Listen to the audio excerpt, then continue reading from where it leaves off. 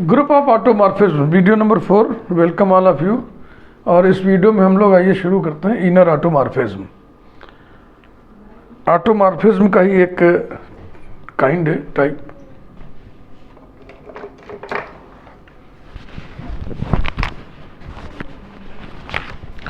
Late G be a group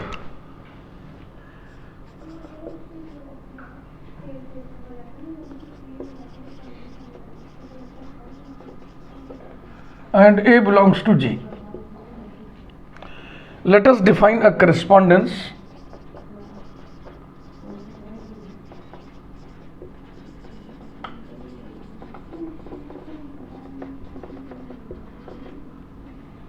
FA from G to G।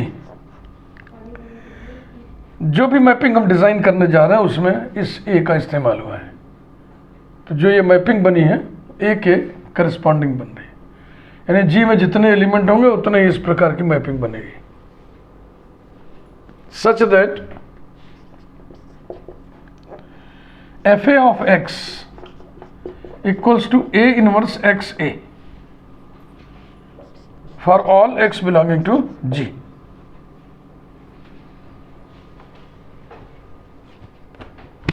इससे हम prove करने जा रहे हैं कि ये ऑटोमॉर्फिज्म है। डोमेन को डोमेन सेम है, आइसोमॉर्फिज्म इसको एस्टेब्लिश कर दो। तो चूंकि मैपिंग हम डिज़ाइन किए हैं इसलिए इसको अभी हम मैपिंग नहीं लिखे, करस्पॉन्डेंस लिखे हैं और इस पर मैपिंग होने का ठप्पा लगवाना है। कोई भी करस्पॉन्डेंस मैपिंग हो जाए इसके लिए दो डिसिप्लिन होते हैं।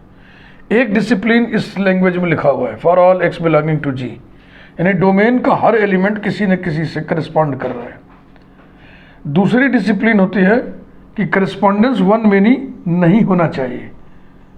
उसे चेक करने के लिए क्राइटेरियन है कि दो एलिमेंट्स के बराबर होते ही उनके इमेजेस भी बराबर हो जाए।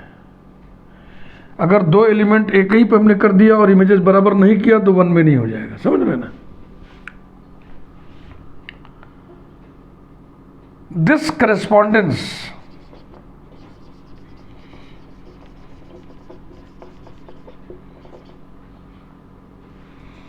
is a well defined mapping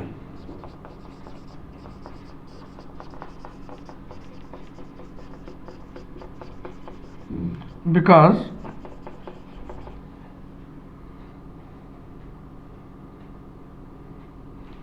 यहाँ पे चेंज करो, x1 equal to x2 implies that A inverse x1A equals to A inverse x2A। दोनों ही साइड में A इनवर्स से प्री ऑपरेट कर दिए और A से पोस्ट ऑपरेट कर दिए। इम्प्लाइज दैट, इसे देखो ये क्या चीज़ है, ये है FA ऑफ x1 और ये क्या चीज़ है FA ऑफ x2। तो दो एलिमेंट्स के बराबर होते ही करस्पॉन्डिंग इमेजेस भी बराबर हो गए, इसलिए ये वेल डिफाइंड मैपिंग है।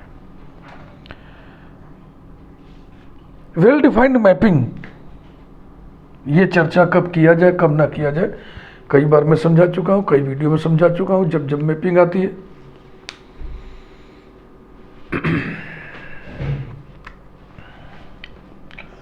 देखो, दो सेट के बीच में करस्पॉन्डेंस पाया इस प्रकार से लिखते हैं, such that f of x equal to y for all x belonging to A। ध्यान से देखिए, बात को समझिए।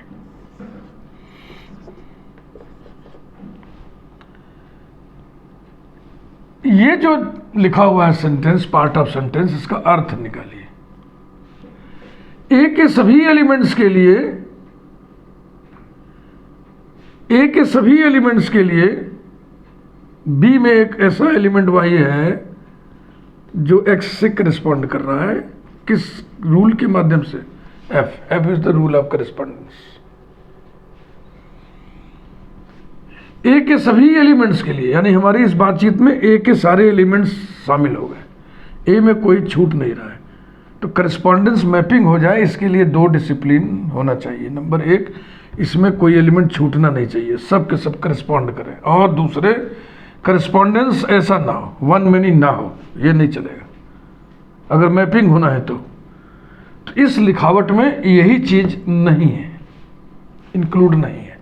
इस लिखावट से ये बात जाहिर नहीं हो रही है कि करस्पॉन्डेंस वन मेनी नहीं है। इसी को प्रमाणित करने के लिए ये काम करते हैं कि दो एलिमेंट बराबर अगर कर दिया हमने, मान लो x1 बराबर x2 कर दिया, दोनों एक ही जगह आ गए, और इधर दोनों के इमेजेस नहीं बराबर किया, मान लीजिए f of x1 f of x2, ठीक, तो क्या हो गया, ये वन में नहीं हो गया ना। तो वन में नहीं, करस्पॉन्डेंस मैपिंग नहीं होता है। डिसिप्लिन नंबर 2 यही है कि करस्पॉन्डेंस वन में नहीं होना चाहिए। तो इसके लिए क्या क्राइटेरियन गढ़ा गया, बनाया गया कि दो एलिमेंट के बराबर होते ही इनके इमेजेस भी बराबर हो जाए, इनके इमेजेस भी बराबर हो जाए। ऐसा जो अभी लिखा था वैसा ना होने पाए, f of x1 equal to f of x2 हो जाए। तो जो ये हो रहा था उसको चेक कर दिया ना हमने, रोक दिया, तो वन मेनी नहीं होने पाएगा। अगर x1 equal to x2 imply कर दे f of x1 equal to f of x2, तो करस्पॉन्डेंस वन मेनी नहीं हो पाएगा, तो इसलिए वो मैपिंग हो जाएगा। इन सब बातों को खूब डिटेल में समझाया गया है। मैपिंग्स एंड रिलेशंस, ये वीडियो है, इसे आप ढूंढिए, मैपिंग्स एंड रिलेशंस, और प्लेलिस्ट का नाम गणितपुर मेल, अक्सर मैं बोलता हूँ गणितपुर मेल एक प्लेलिस्ट है, इसमें मिसलेनियस टॉपिक्स बहुत सारे वीडियोस हैं, वो सब आप देखते रहा करो, बहुत काम की चीज़ें उसमें दी गई हैं। अब आइए इसको आइसोमॉर्फिज्म दिखाने के क्रम को आगे बढ़ाएं। अब हम एफ ए को अब हम करस्पॉन्डेंस न बोल के क्या बोलेंगे, मैपिंग। अब ये मैपिंग हो गया, द मैपिंग। तो जब मैपिंग हम डिफाइन करने की कोशिश करें तो पहले यही लिखना चाहिए, लेट अस डिफाइन करस्पॉन्डेंस, और फिर इस पर जो है ठप्पा हम लगाएं कि ये वेल डिफाइंड मैपिंग है। वेल डिफाइंड मैपिंग होने का मतलब डिसिप्लिन नंबर 2 जो उस सेंटेंस में नहीं है, इसमें वो हम जाहिर कर दिए।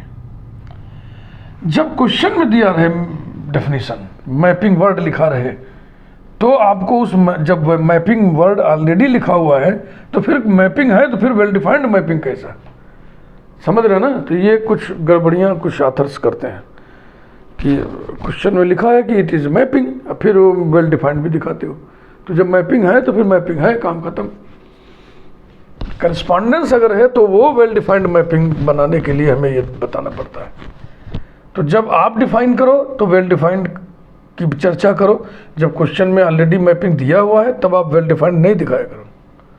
The mapping f a is 1-1 because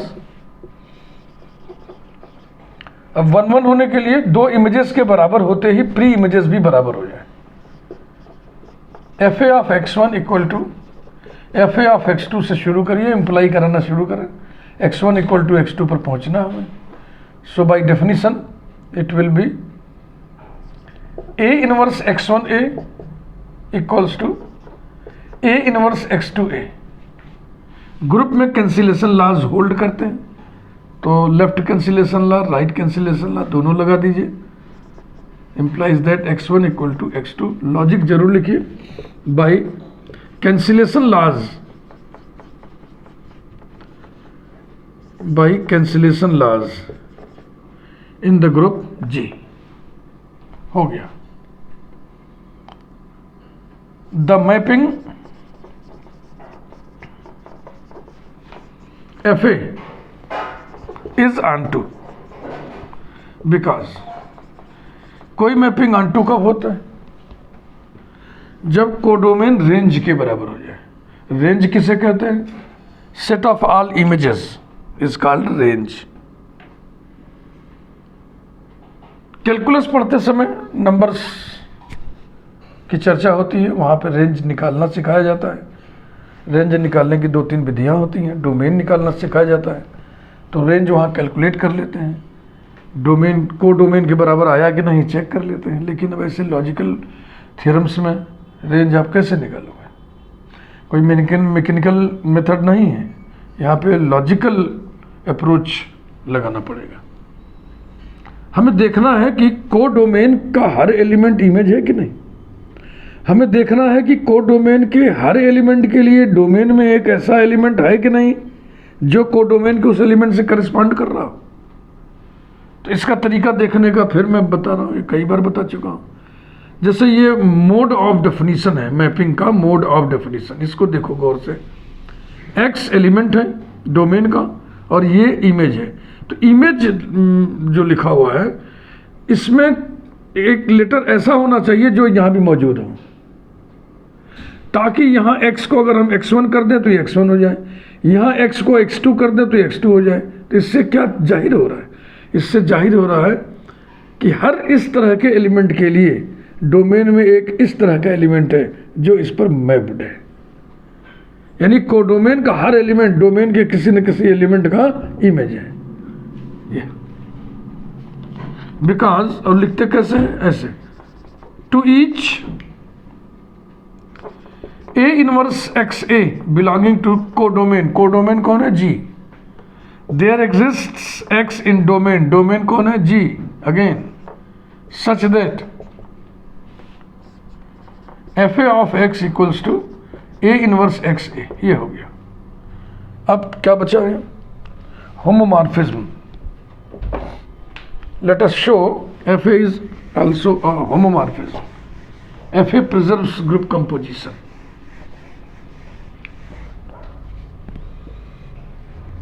Also, Fa is a homomorphism because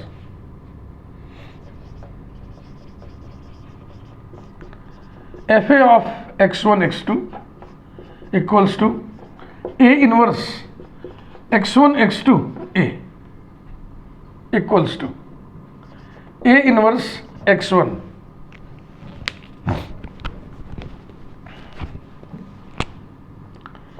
A inverse A. Manipulation हो रहा है। ए इनवर्स ए बराबर होगा आइडेंटिटी। आइडेंटिटी से ऑपरेट कर देने से कोई असर नहीं पड़ेगा। अब क्या लिखना बाकी रह गया? x2 a। ओके, चाहो तो यहाँ ब्रैकेट में लिख लो पहले, नोट इट। मैं तो कलर डिफरेंट कर देता हूँ ताकि अपने नोट्स को दोहराओगे जब रिवीजन करोगे तो यहाँ पे ध्यान जाएगा कि कुछ बात है यहाँ खास। इक्वल्स टू एसोसिएशन से ए इनवर्स x1, ये उल्टा लिख दिए ना, ये उल्टा लिख दिए, इससे काम नहीं बनेगा। ये काम मेरा बनेगा, इसको हम लिखें ए इनवर्स, ये भी आइडेंटिटी है। तो अब ये ए इधर आ गया और ए इनवर्स इसके साथ, ए इनवर्स x2 a, या and it is nothing but Fa of x1 and it is Fa of x2। मिलाओ, यहां से प्रिजर्वेशन हो गया कि नहीं? हो गया ना। For all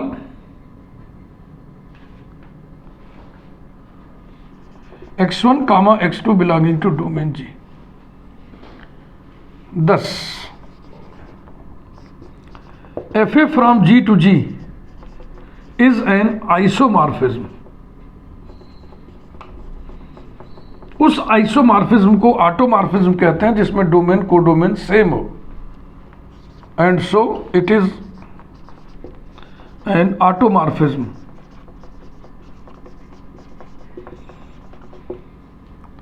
such automorphism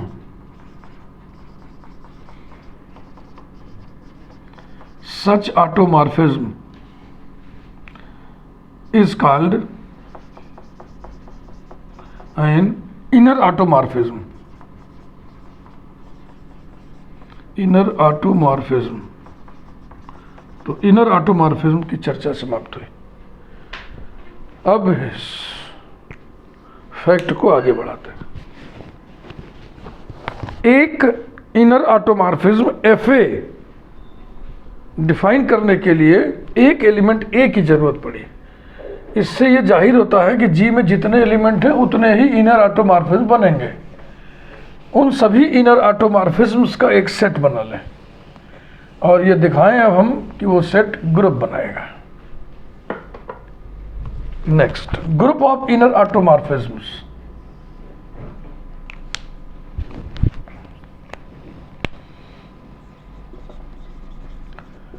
Group of inner automorphisms.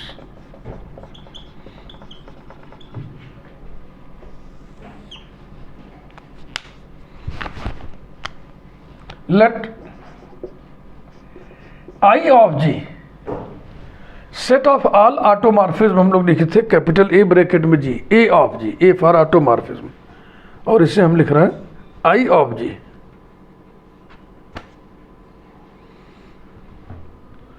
अच्छा, जो ऑटोमॉर्फिज्म इनर ऑटोमॉर्फिज्म ना हो उसे आउटर ऑटोमॉर्फिज्म कहते हैं. ये इसी मौखिक बता दे रहे हैं. Let I of G be the set of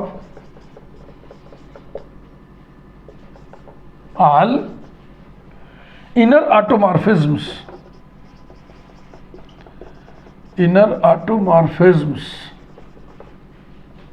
of G. Then I of G is equal to curly bracket F, FA लिखते हैं. FA such that A belongs to G, पहली बात. दूसरी बात कि ये ऑटोमॉर्फिज्म है. सच where FA of X equal to A inverse XA for all X belonging to G. ऐसे ठीक. We have to prove that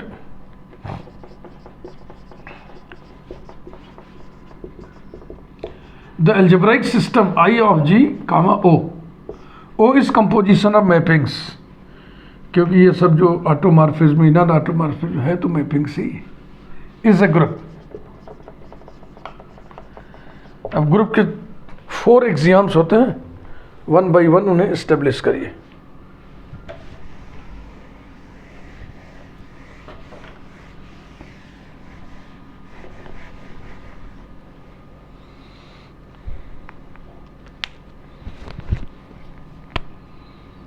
closure exam.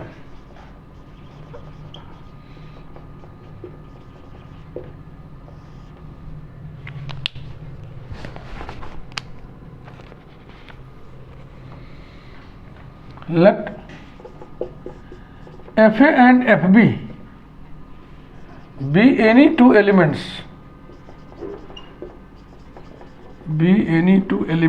of I of G.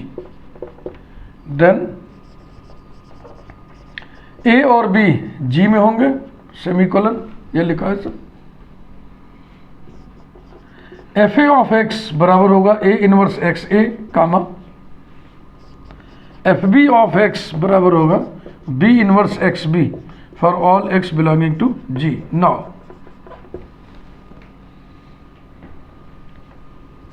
A comma B belonging to G implies that AB belongs to G. G का operation हम नहीं use कर रहे हैं, ऐसे ही छोड़ देना.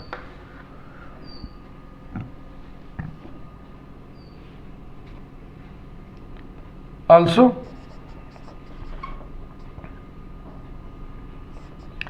FAO FB I of G के साथ ऑपरेशन है O, composition of mappings.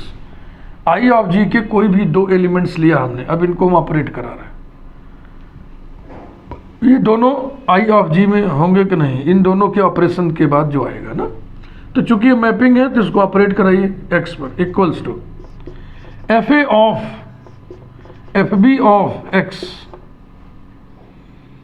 Equals to FA of B inverse XB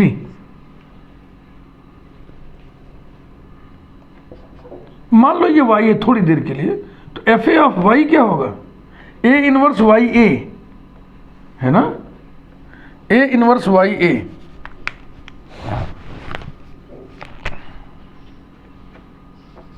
A inverse YA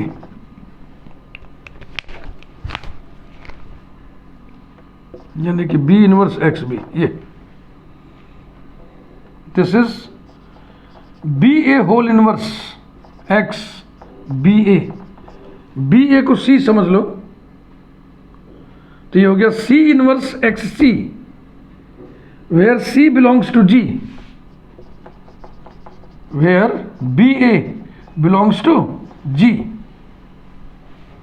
यहां हम A B belongs to G लिखे तो एक और बढ़ा दो, and B A belongs to G. ये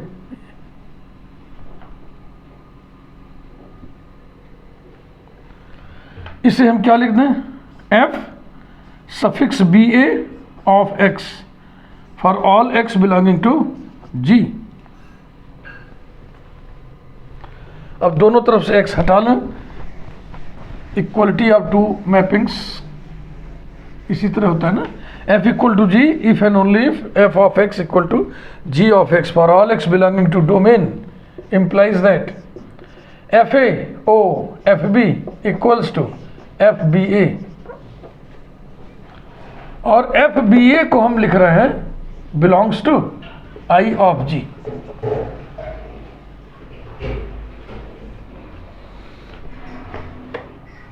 क्योंकि ये सफिक्स बी ए जी में है।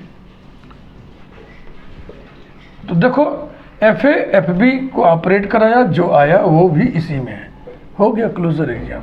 10 I of G is closed हो गया with respect to composition of mappings. नहीं लिख रहे, शॉर्टकट, थोड़ा shortcut. Associative axiom, we know that composition of mappings is always associative. Intermediate में आपने पढ़ा था। Associative axiom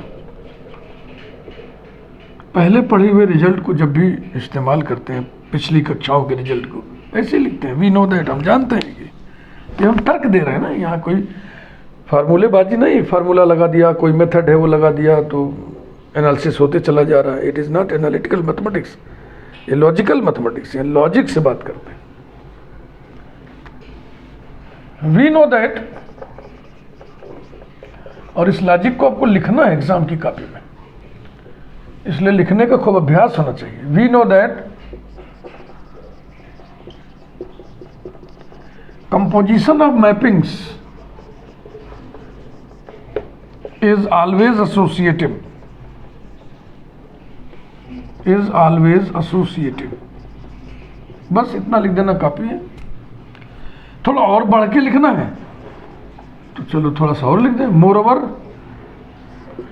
F A O bracket, इसी का इस्तेमाल करेंगे हम। इसको ऐसे बॉक्स बना लो, ये हाइलाइटर लगा दो, ये फार्मूला जैसा मिल गया ना आपको। ब्रैकेट में F B O F C equals to F A O F B O F C बराबर कितना होगा, एफ सी बी। ध्यान रखना है, ये उलट जा रहा है। और ये दोनों फिर कितना ऑपरेट होने के बाद क्या मिलेगा, एफ दिस यानी C B A.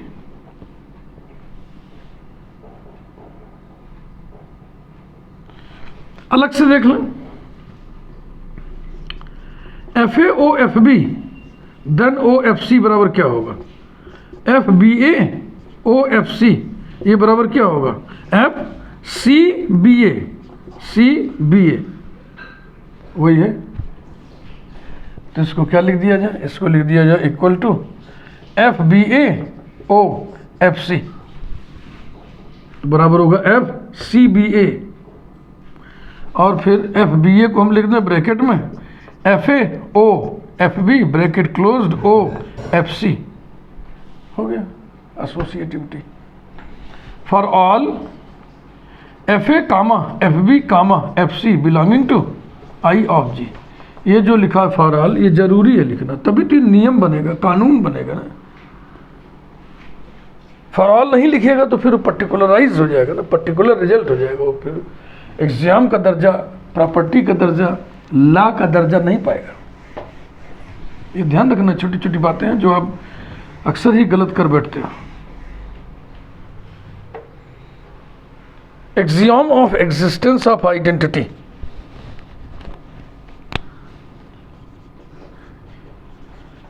axiom of existence of identity.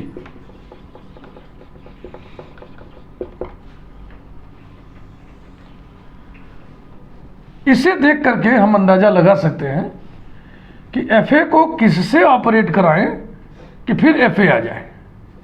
अगर यहाँ हम E लिख दें B की जगह तो EA आ जाएगा, EA माने फिर A आ गया।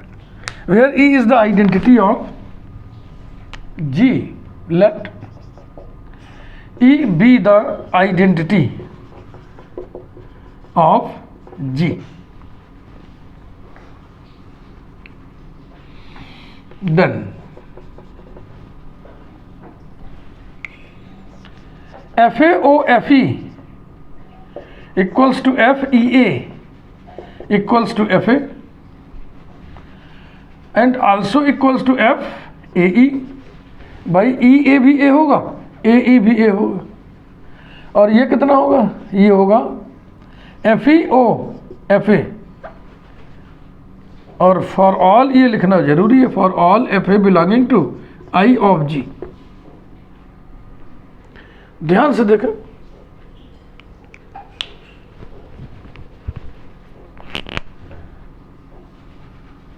इतने हिस्से पर केवल आप निगाह रखिए। तो ये क्या लिखा है, ये आइडेंटिटी का डेफिनेशन ही तो लिखा है। And this expression shows that FE plays the role of identity in I of G। प्रश्न ये उठता है कि FE I of G में होगा कि नहीं होगा।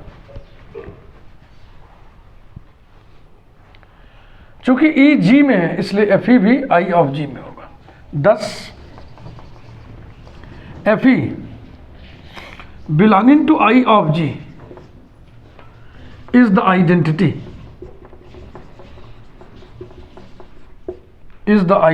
of I of G, यानी I of G की आइडेंटिटी I of G में है। इसी को बोलते हैं कि identity exists in I of G।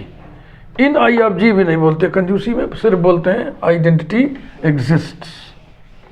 Identity exist करती है का मतलब ही होता है कि अंडरलाइन सेट में करती है, जिस सेट को आप ग्रुप बता रहे हो।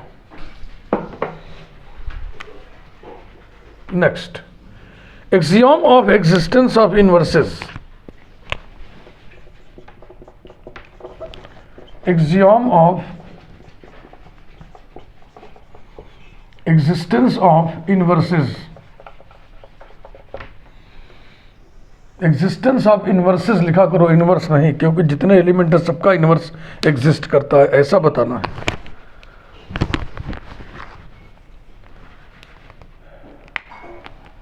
let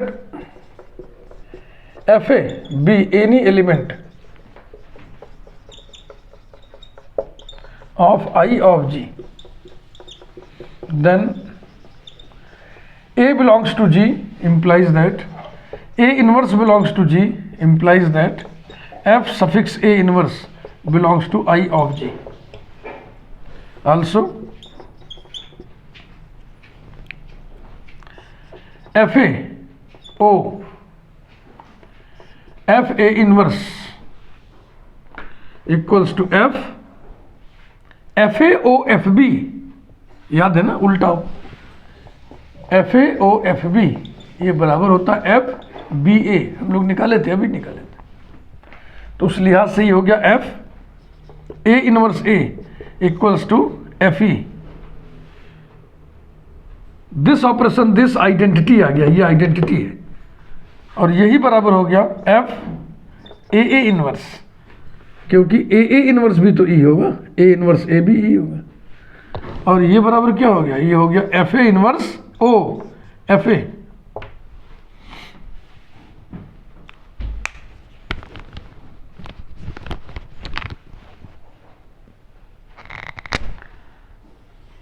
इसे देखिए, इसे देखिए और इसे देखिए। This operation, this equal to identity equal to this operation, this, it means that this is inverse of this element.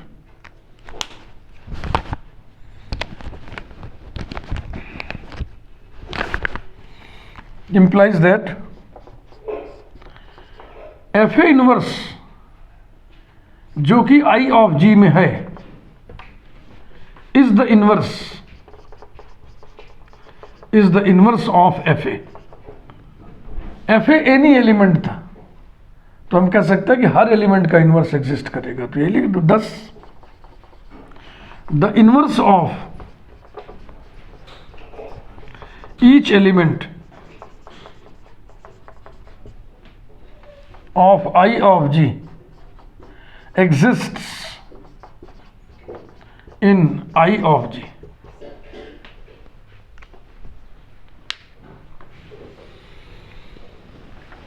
ये मॉडर्न अलजेब्रा की दुनिया है बाबू। इसमें रैंडमली वीडियोस देखने से आप कुछ भी सीख नहीं पाओगे।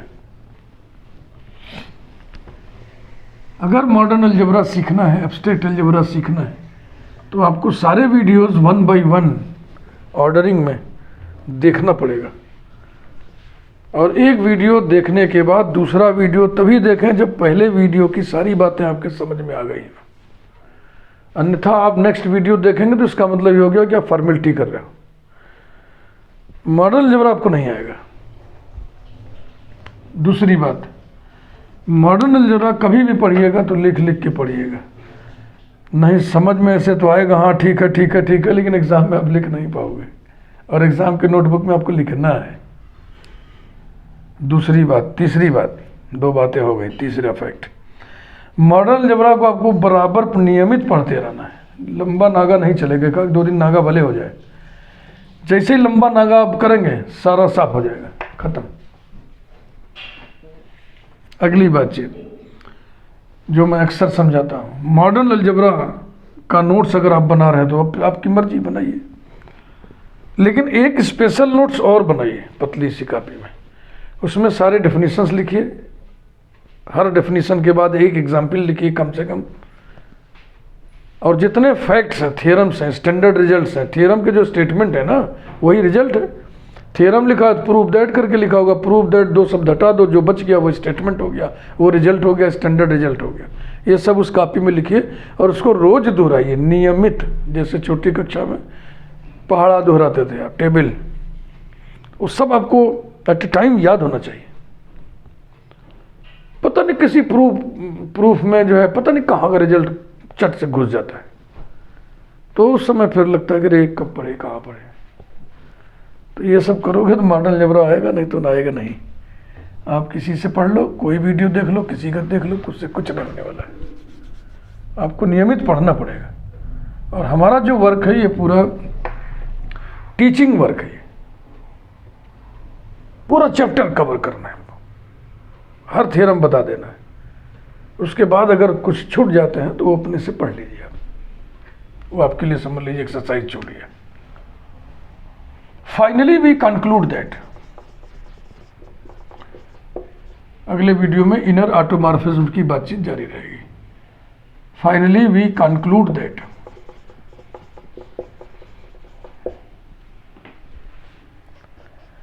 I of G, O is a group।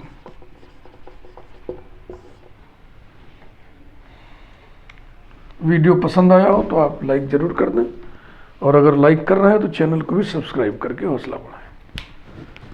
Thank you very much.